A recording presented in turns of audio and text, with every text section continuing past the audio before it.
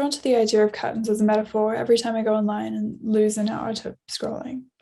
I think a lot of the reason why is described by Gia Tolentino in the first essay of her 2019 book, Trick Mirror. In The Iron Internet, she talks about the sociologist Irving Goffman, who in 1959 wrote The Presentation of the Self in Everyday Life, describing the way that we create performances and rationalize our identities for a real or an imagined audience. In the pre-internet world of 1959, Goffman was credibly able to describe a backstage in which one could relax and ostensibly stop performing.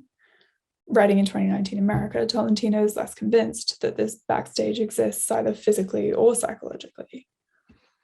Tolentino doesn't pass her arguments through the prism of architecture, but I like thinking about curtains to unpack some of what I identify with in her writing.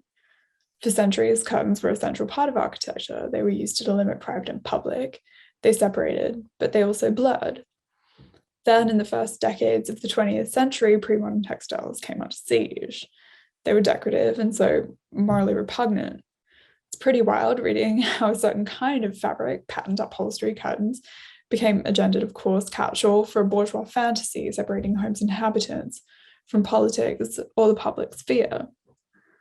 The modernists, I guess, were concerned that the backstage of the bourgeois home was corrupt and corrupting. So the curtain becomes the curtain wall, and we get an obsession with glass and hygiene.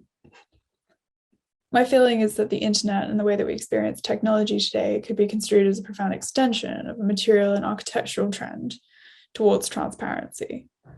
An extension that brings us full circle back to the essential function of the curtain, which materially and metaphorically delimits spaces of action.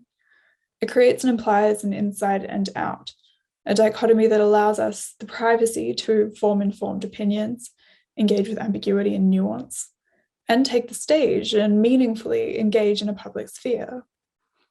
It also allows us to just take a break from performing, a privilege that's been historically granted to exceptionally few.